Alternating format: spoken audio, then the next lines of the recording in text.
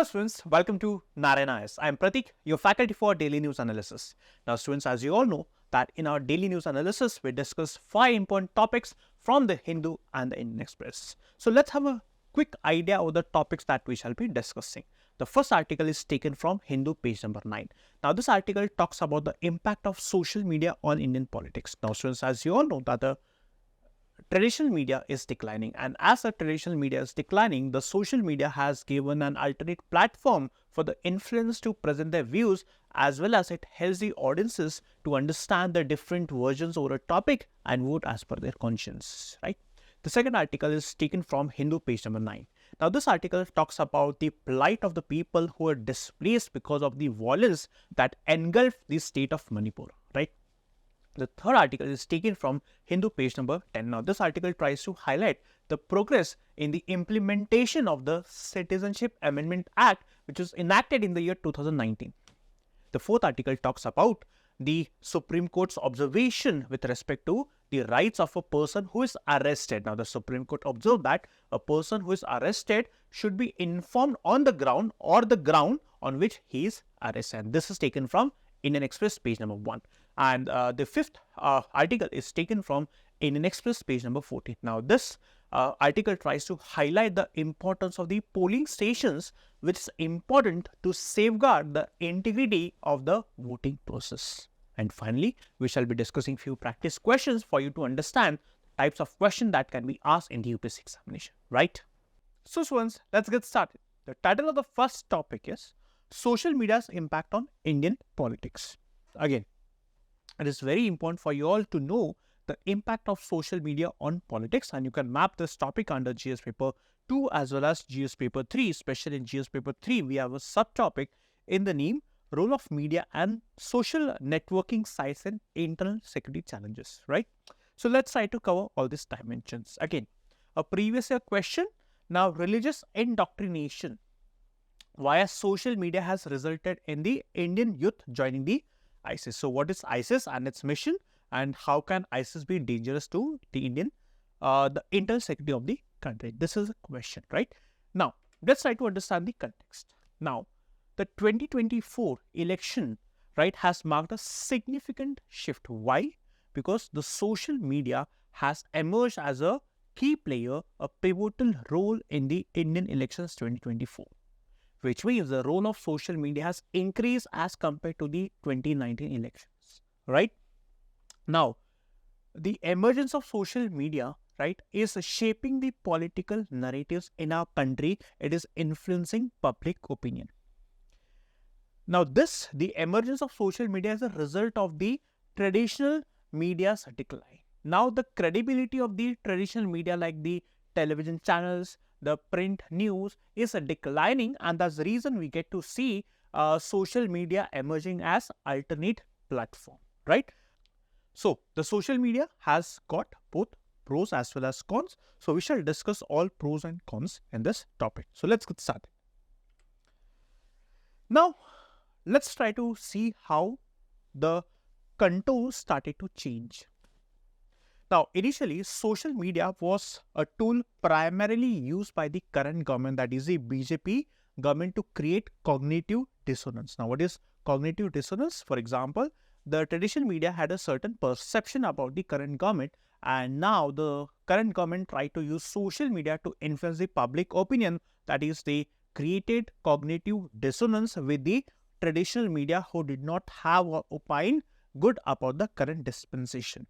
Now, the right-wing ecosystem emerged. Now, right-wing is a term which is associated with the current government. Now, it pushed boundaries with politically colored content. The point being that the right-wing ecosystem, which in a way propagated the side or the stand taken by the government. Now, with time, the traditional media also started echoing the current dispensation's viewpoint.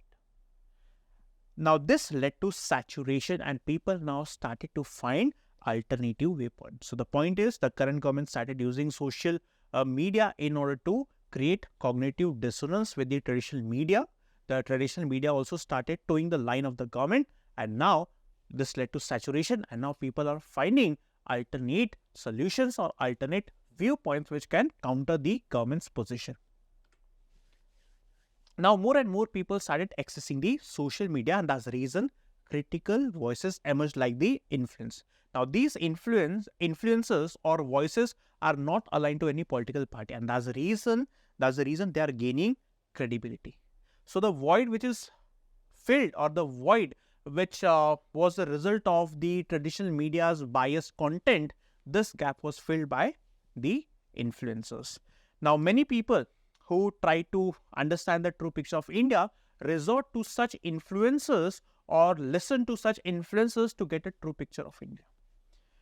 Now, students, the influencers, they challenge the dominant narrative, which means they are challenging the current notion that the government is propagating or siding with, right? And this is further aided by algorithm that boost rapidly growing content. For example, many influencers are questioning India's shift towards dictatorship, which means a decline in the quality of the democracy practice in our country. So here you get to see influencers who are presenting alternate viewpoints for the people who are not satisfied with the current dispensation or the narrative that the government has set or trying to set among the people. The influencers are trying to have a different viewpoint than that of the government. So again, it is for the people to understand the two sides of the story and understand which one is more accurate or appropriate, or you might say which one is more beneficial for our country.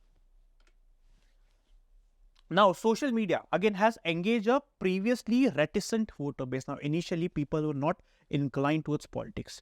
They used to disassociate themselves from political topics, from sensitive topics. But now social media has played that role in a way. It has started to influence the public opinion, and that's the reason the people who initially were not interested in politics have taken active interest in politics. Why? Because of the influence of social media. Now, talking about the youth, youth initially sided with the current government, but now the youth, they are not satisfied with the current government's policies because the current situation is that there are jobless growth, or many people are finding difficult to find a meaningful job. That's the reason now they're venting their frustration through social media. For example, in Barabanki, the educated youth frustrated with joblessness moved away from the current dispensation. Now, let's try to understand the implications and concerns regarding the social media. Now, first, the social media platforms have significantly increased political engagement, which means the political parties, the politicians, the activists are using social media platforms in order to interact with the voter. They're using social media to understand the ground picture. They're using social media for campaigning. They're using viral videos. They're using memes in order to create or expand their voter base. One. Then, social media also allows for rapid dissemination and amplification of political narratives. Now, the political narratives can be both positive as well as negative. Now, through social media, it is easy, or it becomes easy for the political parties or activists to spread the narrative or to disseminate information which they might feel important for people to know or understand, right? So, this is the second positive outcome of social media. Third, social media has empowered ordinary citizens. Now, this leads to citizen journalism. Now, more and more people, as I told you, more and more people have taken active interest in politics. Why? Because social media has played that role. It is raising the curiosity among the youth, or the ones who are initially not interested to take active interest in politics. Now, social media is playing that role.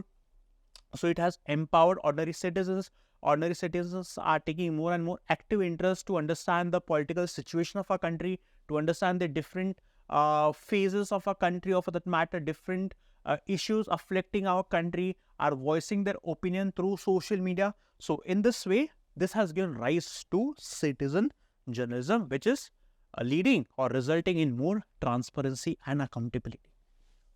Then, there are some disadvantages as well, or the other side of social media. Now, social media can also amplify divisive and polarizing content. Now, the unprincipled and unethical politicians will use social media to polarize people, to divide people in the name of religion, caste. So, the politicians, such politicians, unprincipled politicians, they try to reinforce the pre-existing beliefs and biases of people, which can lead to more and more division in the society, which can only in future result in the society or country engulfing in violence. Now, again, these days social media is also used to spread disinformation or misinformation among the people. Now, people do not have time to verify the authenticity of the information.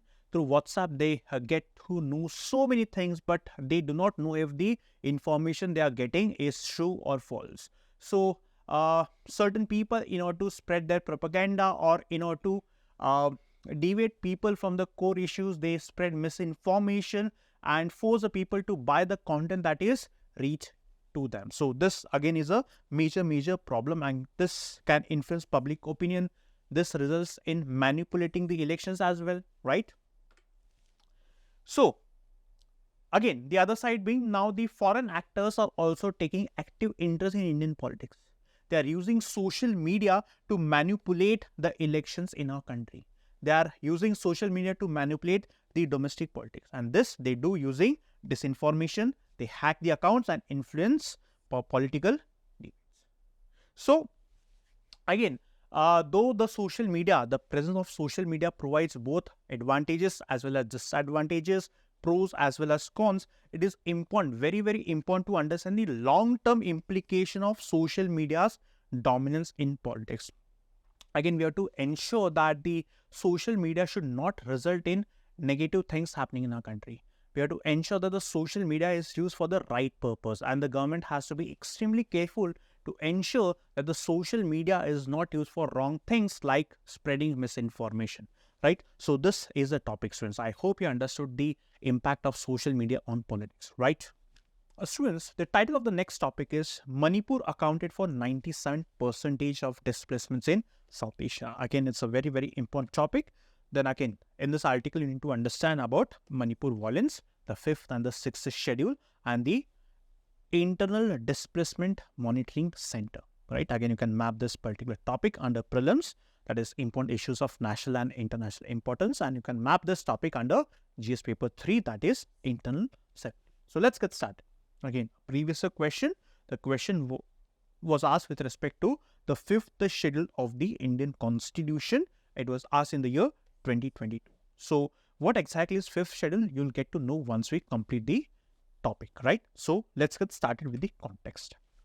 The context is that Geneva-based internal displacement monitoring report pointed or highlighted the fact that Manipur violence accounted for 97% displacements in the South Asia in the year 2023.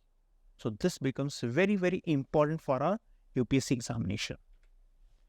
Now let's try to understand more about the report. The first one is high number of displacements in India. Now the conflict and violence triggered around 69,000 displacements in South Asia in the year 2023. India experiencing the highest number of displacements in the 69,000 displacements. Manipur itself accounted for 67,000 of these displacements, which means it accounted for 97% of the displacements. Now let's try to understand in brief about the Manipur violence. Now students, in the year 2023, right, the tribal groups, that is the Kukis and other tribal groups, they raised a demand or they protested. Why? Why were the Kukis protesting? Because they were protesting because the state government was contemplating to provide or to give the scheduled tribe status to the Meitei community, right? So Meitei community demanded scheduled tribe status. The state government was about to give scheduled tribe status to the Meitei communities. The Kukis did not like it. They protested, which resulted in violence. So last year, in the year 2023, Manipur state witnessed violence for around 2 to 3 months between Meiteis and Kukis. The only demand of the Meiteis was that Meiteis should be included under ST, that is scheduled tribe status, and Kukis were vehemently opposing the inclusion of Meiteis under the scheduled tribes, right? So this resulted in over 200 deaths, and it led to significant displacement in the state as well as outside the state. Now, more than 3/4 of the displaced people was within the state itself. Nearly a fifth of the displacement happened in the neighboring state of Mizoram, with smaller number of people also relocating to Nagaland and Assam. So this is more about the report. Now, if we look at the broader South Asia context, by the end of 2023, around 5.3 million people were internally displaced due to conflict or violence in South Asia. Afghanistan accounted for 80%. Why Afghanistan? Because you know that the Taliban took over the reins control of Afghanistan, which led to massive displacement in Afghanistan. Now, let's try to understand the ethnicity of Manipur, which can be asked in the prelims examination. Now, students, the largest community in Manipur are the Meiteis. There are around 34 recognized tribes, which are broadly classified as any Kuki tribes and any Naga tribes, right? So the dominant community is Meiteis. Now, the Central Valley of the state, which is the 10% of the state's landmass, is home to around 65% of the Meiteis, which means the Meiteis, which constitute around 65% of the population of the state, they inhabit or they reside in the central part of the state, which is around 10% of the landmass in Manipur. The remaining 90% of the state's geographical area, it comprises hills. And the other tribal groups, that is the 34 other tribal groups, they reside in the hilly regions, right? And the other tribal groups, they account for 35% of the state's population, right? So Meiteis 65%, other tribal groups, they constitute around 35% of the population.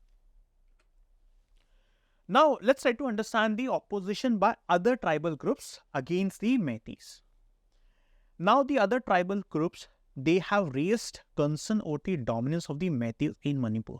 Why? Because they claim that the Meiteis are dominated both in population as well as political representation. Now, in the State Assembly of Manipur, out of 60 constituencies, 40 assemblies or 40 constituencies has a representation of Meiteis. So, population-wise, political representation-wise, Meiteis outnumber the other tribal groups. So, the question is, if they are already in an advantageous position, why would they need the benefit of ST status? Then the second concern is threat to opportunities. Now, the other tribal groups fear that once the Meiteis are brought under ST, they might occupy the jobs which are meant to other tribal groups. So, for example, the jobs are reserved for the scheduled tribes, right? So, once the Meiteis are included under the ST list, which means that the job opportunities or the openings or vacancies which are available for other tribal groups, now out of those vacancies, some seats might be occupied by the Meiteis, which would result in lesser opportunities for other tribal groups. At the same time, the state government as well as the central government has or provides many schemes or many policies for the betterment of the ST group. Now, again, including the Meiteis under the ST status would mean that the policies of the state government and the central government, the Meiteis communities could also get the benefit of these schemes. Now, the tribal communities also claim that the Meiteis have or enjoy advanced status, which means politically they are represented in the jobs, in the government jobs, in the education institutions, they have a good number of population. So, the question is, when they already enjoy the advanced status, why is it that the Meiteis should be included in the ST category? Again, now the sections of the Meiteis community sections, they already benefit from the SC and OBC statuses. Now, let us try to understand the status of ST in India. Now, the term ST originated only in the year 1950 when the Constitution of India was brought into force. It doesn't mean that the tribal groups were not existing before 1950. Now, the tribal history is a long history. But the term ST was given only in the year 1950 when the constitution was brought into force, right? Now, Article 342, very, very important. It provides a precedent to notify who are the scheduled tribes groups. So, it provides for the precedent to specify which groups enjoy or are tribes or tribal communities. Again, this is done with the consultation of the governor of that particular state. Now, the tribal groups are predominantly found in the hilly regions across the country. For example, states like Madhya Pradesh, Maharashtra, Odisha, Rajasthan, Gujarat, Jharkhand, Chhattisgarh, Andhra Pradesh and West Bengal have significant population of the scheduled tribes.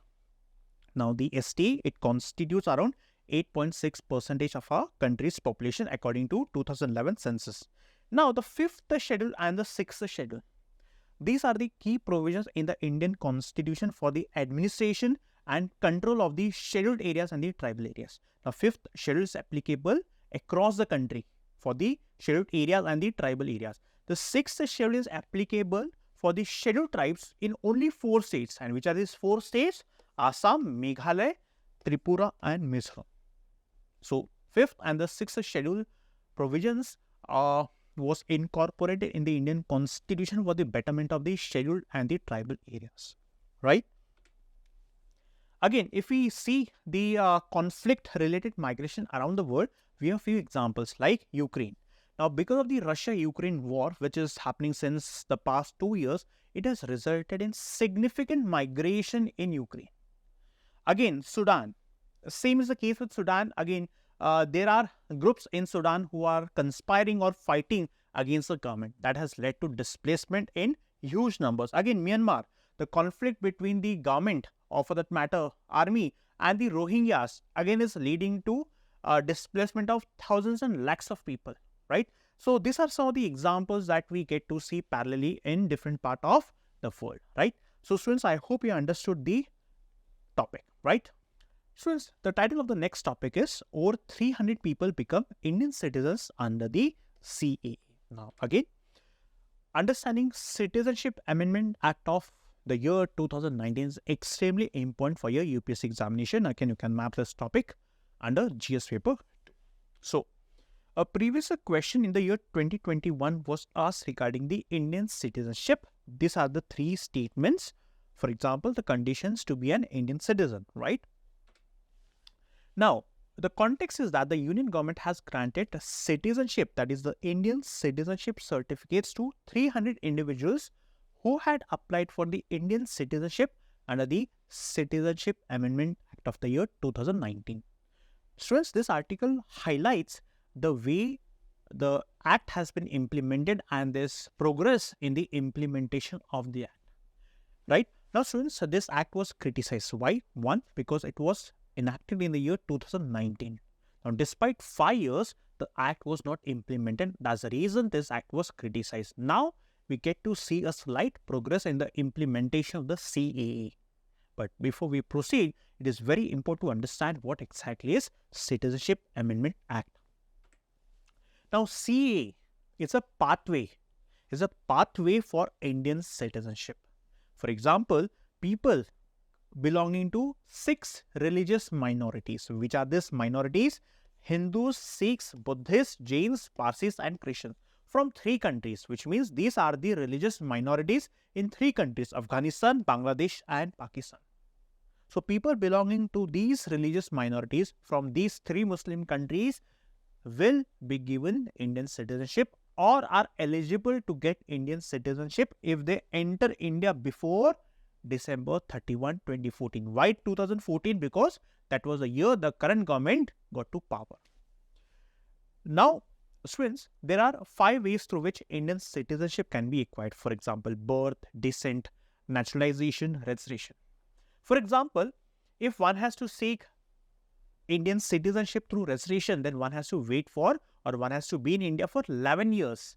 Now, CA has added a provision wherein people belonging to these category, for them, they have to live in India only for 5 years, which means the period has been reduced from 11 years to just 5 years. Very, very important for you all to know.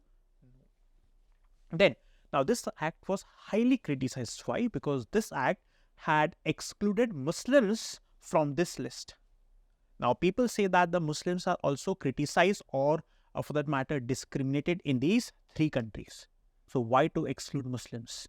And critics also feel that by this law, that is CA 2019, violates Article 25 of the secular principle of our Indian Constitution, right? So, this is about the CA 2019.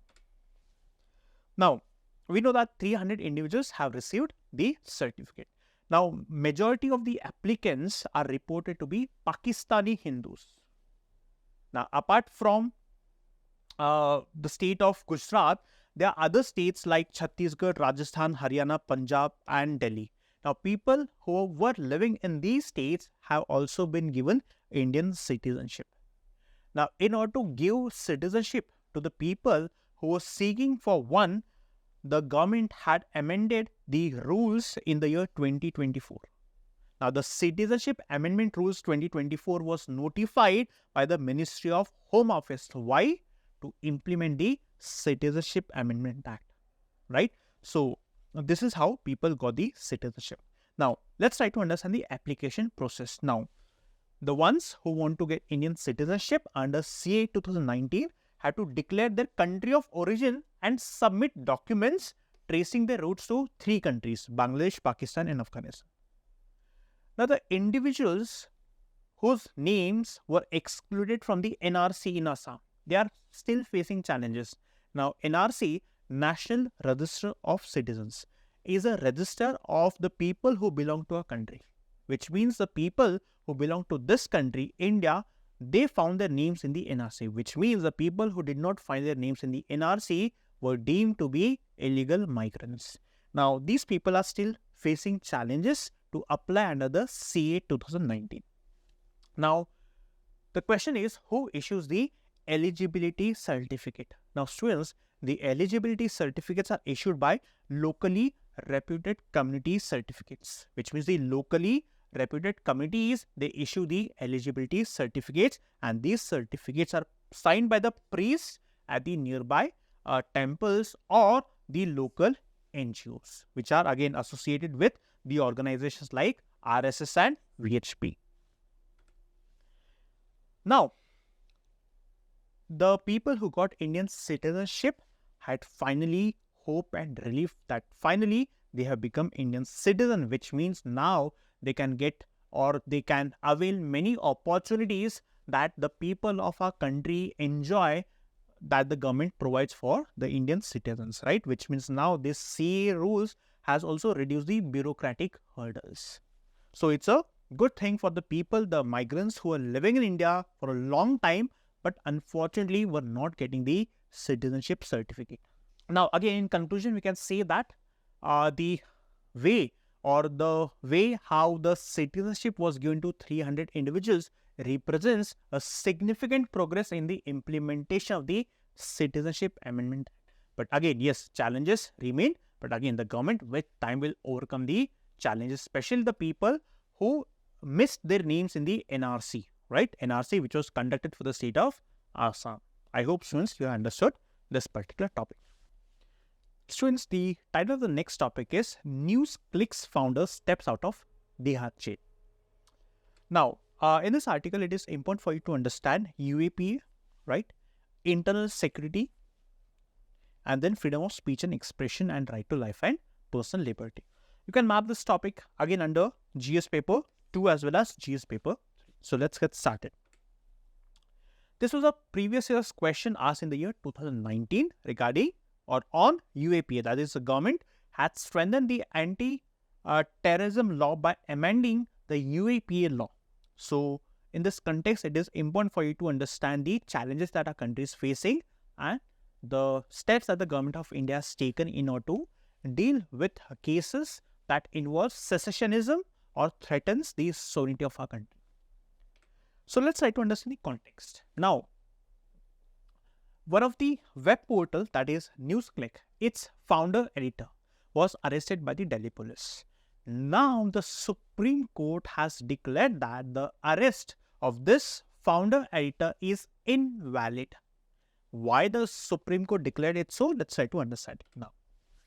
Now, this owner founder editor was arrested on October 3, 2023 by the Delhi police. The charges against the founder editor was that the news channel or the news web portal, it portrayed Kashmir and Arunachal Pradesh not a part of India. It also undermined the government of India's efforts against COVID-19. It supported the farmers' protest in the year 2020. At the same time, it supported the Chinese telecom companies in legal cases. So, these were the reasons why this founder editor of NewsClick web portal was arrested. These were the grounds. Now, the Supreme Court's judgment or ruling expanded upon a previous decision. Now, which was the previous decision? That is the Pankaj Bansal versus Union of India. And the Pankaj Bansal versus Union of India, the Supreme Court had observed that the Enforcement Directorate can only arrest a person once the ED informs the grounds on the basis of which ED is arresting a person. Which means in the previous ruling, the Supreme Court had already mentioned that the ground on the basis of which a person is to be arrested has to be communicated. Now the Supreme Court has reiterated the ruling given the Prakash Bansal case. Now this decision of the Supreme Court has reinforced the requirement that before arresting a person, the ground has to be communicated. Right? Why? Because this ruling is derived from Article 22. What is 22? Now, Article 22 provides protection to people against arbitrary arrest and detention. Right? The court reiterated that right to life and personal liberty is a fundamental right under the Constitution of India, and any violation of right to life and personal liberty has to be addressed promptly. Right? Now, students, in this case, it is important for you all to understand UAPA, that is Unlawful Activities of Prevention Act, which was enacted in the year 1967 and it was amended many number of times, right? Now, the purpose of UAPA is to deal with activities which is directed against the integrity and sovereignty of a country, right? For example, cases like terrorism. In order to deal with cases like terrorism, UAPA provisions are invoked. Now, this act, UAPA, it defines unlawful activity resulting in threatening to the integrity and sovereignty of a country. How does it define? Individual or association that intends to bring about cession or secession of a part of India, disclaims, questions, disrupts the sovereignty and territorial integrity of a country. For example, let's say if someone says that Kashmir is not a part of India. If a person is saying that the Kashmir is not a part of India, which means he is going against the official stand of the government of India, which means this person can invoke stringent provisions of UAP. You cannot question the sovereignty and territorial integrity of a country. Now, the act allows for the detention of suspects for up to 180 days, which means once a person is arrested, he can be detained for 180 days. Now, this gives time for the investigators to investigate all the dimensions, all the angles, right? Now, once UAPA provisions are invoked, it is very, very difficult to get a bail. This is something that you need to understand. Also, special courts are enacted under this provision or under UAPA so that the judicial process is expedited, hastened. Then again in the year 2019, UAPA was amended to designate individuals as terrorists, which means now individuals can also be designated as terrorists. Now students, UAPA has been criticized by many activists. Why? Because of the broad definitions of unlawful activities and terrorist acts. Now, unlawful activities, let's say for example, someone is protesting or participating in a protest. Let's say there's an agitation of the farmers. Now, the agitation of farmers might lead to breakdown of law and order. Now, such case can also invoke the UAPA provisions. Now, regarding how these terms will be used, it completely depends on how the government uses these terms. So far, we have observed that the government has misused these terms like unlawful activities and terrorist acts. For example, if someone questions the policies of the government, that person has also been brought under UAPA. So again, it is important that we ensure that the provisions of the UAPA are not misused. The provisions of UAPA should be used rarely, and again, UAPA should act as a deterrence mechanism. I hope students you understood the article. Students, the title of the next topic is More Than a Million in This Election. Here's how polling stations work, right? So, important for you to understand in this article is the election mechanism in our country, the polling stations, and the operations in the polling stations. You can map this topic under GS paper 2, right? That is the Representation of People's Act.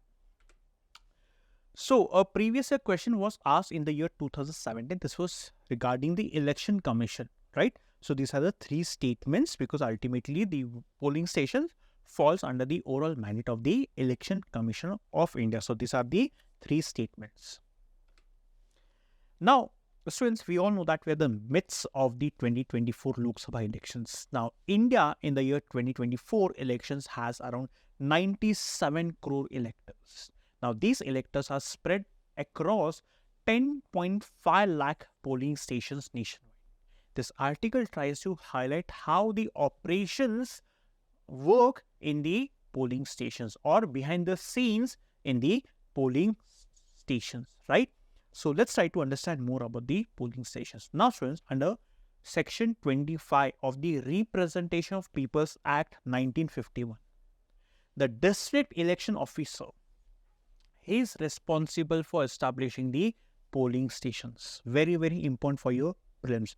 District election officer. Now, which are the principles to be followed under the RPA Act? 1. Voters should not travel more than 2 kilometers to vote, which means the polling station should be established within 2 kilometers. Second, each station should cover a maximum of 1,500 electors and should have an area of 20 square meters. Third, villages with over 300 voters must have their own polling station, 300 voters. Then, stations can serve fewer than 300 voters in difficult terrains. For example, this is a very interesting case study that the Arunachal Pradesh Malogaon polling station caters to only one person. Now, talking about the location of the polling station, they are located in the government or semi-government places. Now, again, private buildings can also be used. The government has a right to use the private buildings, right? So, this is the point that you need to note under sections 160 of the RPA, which means if the government wants any private building, they can acquire, not acquire, but they can requisition, that is, take over the private building. Now, in the urban areas, the one building can have a maximum of 4 polling stations, and in the rural areas, one building can have maximum 2 polling stations, right? Then the polling station, the list of polling stations is updated annually, right? Now the polling stations have a separate entrance as well as a separate exit point. Now, the voting compartments are placed in such a way so as to ensure privacy. For example, whenever you go to cast your vote, the voting compartment is hidden, which means no one can see the vote that you're casting or the vote that you're voting for any particular political party, right? So, this is to ensure privacy. Then, which are the facilities that are included? One is in the polling station, adequate furniture with proper lighting, then clear signage and separate toilets for men and women, then assured minimum facilities for voters and the personnel. Again, now we know that because of climate change, the temperature is increasing year on year. Now, in order to combat the heat wave, the government has ensured, or the Election Commission has ensured, to provide certain facilities to combat heat wave. For example, shade structures, seating arrangement, cooling devices, and the medical kit. So, these are the facilities availed to the people who are in the process or who are working for the elections, and the Election Commission of India ensures that these are the facilities available to combat heat waves. Then again, there are provisions for the people with disabilities. For example, The polling station should have ramps, wheelchairs, which can be booked using the Election Commission of India Saksham. Now, this Saksham app, you can book all these facilities using this particular application, and there will be volunteers to assist the people with disabilities. Then there will be Braille facilities. Now, the Braille facilities are the facilities with signages meant for the people with disabilities so that they can find the things that they are seeking for. So, these are such facilities that by touching or by sensing the signs, they can easily identify the place, right?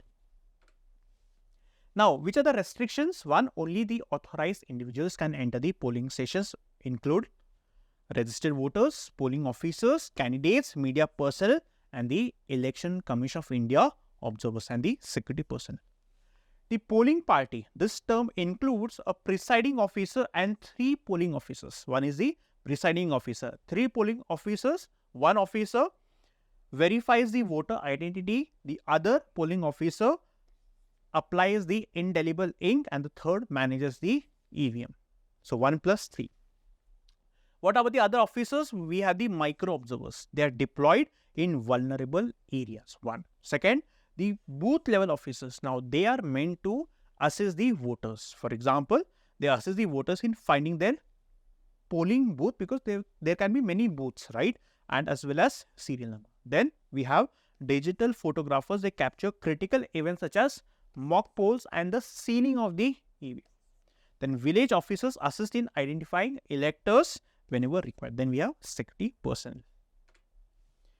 Now, critical polling station. What do you mean by critical polling station? Now, the Election Commission of India has defined critical polling stations as such stations having abnormal law and order situations, unusual voter turnout, and previous incidents of violence. So, certain measures are taken for such critical polling stations, like pre-poll confidence building initiatives by the Election Commission of India, regular feedback from the candidates, and then the deployment of the Central Armed Police Forces, right? So, this was the topic. So, I hope you understood the topic.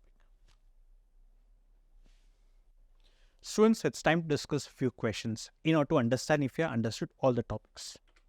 The first question, consider the statements about UAP, right? Now, this was a topic that we discussed last. Now, UAP was first enacted in the year 1967 to address unlawful activities affecting the sovereignty and integrity. Yes, this is correct. Under the UAP, organization can be declared as a terrorist organization if it engages in acts that threaten the unity, integrity. Yes, correct. The UAP allows for the detention of suspects for up to 90 noon. This is incorrect. Why? Because it is for 180 days. So, this statement is incorrect. The Act provides for the constitution of special courts for the trial of offences. Yes, it provides for special courts, which means option B has to be the correct answer, right? Next question, with reference to election mechanism. Now, under section 25 of the RPA Act, booth level officers are responsible for establishing wrong. It's the district level officer, which means this is incorrect. This was the first statement that we had discussed under the topic, right? Under section 160 of the RPA, private buildings can be requisitioned with the written consent of the owner or forcefully to establish. Yes, this is correct. So, we discussed that the private buildings can also be taken over by the government to establish the polling stations, which means option B is the correct answer. Now, third question, consider the following statements regarding Indian Organization for Migration. Now, it's a part of United Nations system. Yes, it's a part of UN. Second statement, India is not a member. Wrong. This is incorrect. Why? Because India is a member of IOM. Its headquarters are located in Geneva, Switzerland. Yes, this is correct. Which means are correct 1 and 3, that is C has to be the correct answer, right? So, consider the following trends of migration in India, right? Now, interstate migration was predominantly higher than intrastate. This is incorrect. It is the otherwise, right? Which means the intrastate migration is more than the interstate, which means people are migrating more within a state than in between the states. Females are the major migrant population in interstate migration, while males are the major migrant population in the interstate. This is correct, which means Option B is the correct answer. The next question is with respect to CAA 2019. First statement, the Act provides for pathway to Indian citizenship for undocumented migrants from 3 countries belonging to specific religious minority. That is 6 religious minority. Yes, this is correct. The CA reduces the requirement for citizenship from 11, wrong. This is 11 years to 5 years. This is incorrect. We have discussed it's from 11 to 5 years. Applicants must declare the country of origin and provide documents tracing the routes to the specified countries. Yes, this is correct. The final authority to grant citizenship, it lies with the director since operation, which 2 is correct. So, again 1, 3 and 4, option B is the correct answer. Now, a means question. Now, discuss the role of social media in shaping political narratives and engaging a wide range of voter demographics. Analyze the implications of this phenomena on media, traditional media, politics and overall health of the Indian democracy.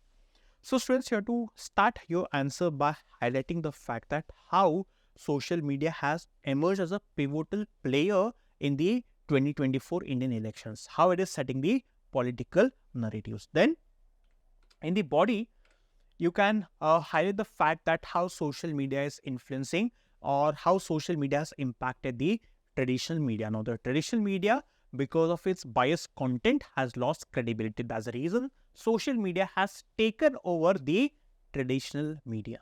Then you can also discuss how social media has got both benefits as well as disadvantages. Benefits, for example, it engages with a wider voter base, right? For example, political engagement amplifies because of social media.